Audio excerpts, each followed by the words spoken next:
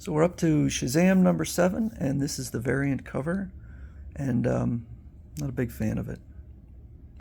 You know, the variant covers also, they are a thicker, more durable cover, so I guess that's part of what goes into the extra dollar.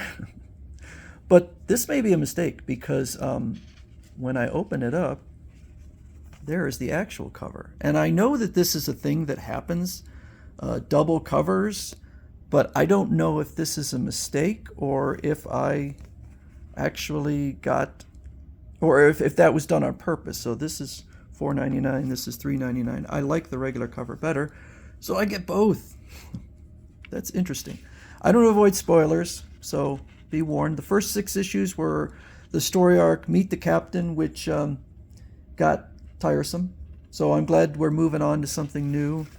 We start off with Captain Bizarro, so a Bizarro form of Captain Marvel.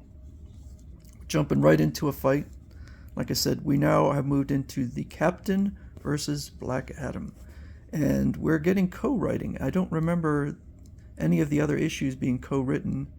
So it's Goran Sudzuka. And I think I want to say the artist has changed. I'm not sure. It doesn't even say who the artist is. That's weird. Huh. Look at all the artists for variant covers. They sometimes make a lot of covers. All right, so they're duking it out. And I guess that Captain Marvel still has an upgraded level of wisdom from Solomon, and so he starts to figure out that if Bizarro, well, he tries to get Bizarro first to say Shazam, then to say Shazam backwards, and it's not working, so he's figuring out that somehow he's getting his powers from somewhere else.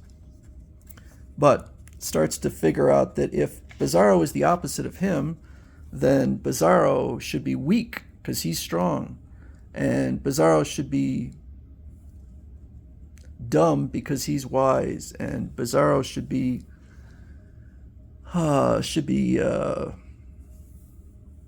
scared, lacking in courage because Captain Marvel is courageous. And it turns out that it's actually Felix Faust who created him. Felix Faust is actually one of the most powerful villains, although he's often treated as a joke. But in certain instances, he's shown to be extraordinarily powerful. So we go back to what was in the previous issue, where the dinosaurs, the space dinosaurs, have landed in Kahndaq, and Black Adam is nonplussed, punches one, and they distract him by, I guess, firing a missile at Kahndaq, and so he flies off to handle the missile. And what does happen? All right, so I guess he caught the missile. All right, so let's get back to Captain Marvel. So Captain Marvel changes to Billy Batson, and he is directed to a place by his foster father, which one wonders, well, I guess he's still young in this. They have a new house, which is out of their means, but apparently an aunt died, left them money, they have multiple loans, and they will sell their other home for equity. We also have the dinosaurs now. They're going after Talkie Tawny. They're wondering where their compadre is because there's paperwork to be done. This is getting a little tiresome also, and they decide to liquidate Talkie Tawny, but Captain Marvel steps in and tells them that their mate who was sent to Earth to get Captain Marvel to fill out the paperwork is now working as their butler, cleaning their cave, and apparently loving it. Okay, so more talk about paperwork, and then Black Adam shows up because he's still pissed at the dinosaurs. So he wants to take them out, but Captain Marvel steps in. They get into a fight.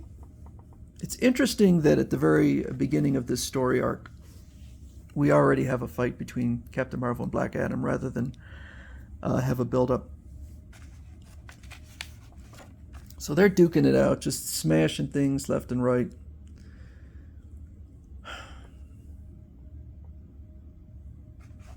And Captain Marvel all of a sudden, during their fight, says, "Oh no!" I said, "Stop! Stop!" I said, "Stop!" Oh my God! Because he has, the two of them have wrecked the new home. Now I was thinking about that. I was like, what? I mean, if you're Captain Marvel, you could make money if you wanted to real fast. I mean, not even like stopping crimes, because I know that superheroes don't like to do that for money, but there's a job to do, like some kind of construction job. He could go out there and do it, probably earn enough money to easily. But I don't know why that would be wrong. Lending your powers out to do something to help someone else generate a profit and then take some money for it. But I guess we can't think of it like that. We also get a little preview of a comic, which is going to be Action Comic. This is kind of neat. I mean, if you have extra pages, then sure. It's going to be Superman versus Bizarro. Let me see. 1, 2, 3, 4, 5 pages. 5 pages, and then discussion on it, which I didn't read. But I'm not really interested in it. But, if you want to sell another comic, I don't care. So I guess the next issue is going to be homeless. Apparently. And I would think that Captain Marvel would just be able to rebuild the home himself. I don't know, Superman does stuff like that all the time. And it wouldn't, I don't think, require any powers that Superman has that Captain Marvel doesn't. But I don't know. I think this is, it's kind of a breath of fresh air after the Meet the Captain story arc, which I was getting real bored of. I didn't love it. It's kind of fun, silly, and the series is still on probation. I'll see if I stick with it, but it's at least better than what it was, and so I'll probably stick around for at least a couple more issues and then decide somewhere during this story arc whether I want to keep getting. If I cancel my subscription to Shazam, that would be 50% of the DC comics that I have on pre-order at this point. So I think it's a decent issue. It's fun. I'd give it like a 7.58, something like that, 8.0.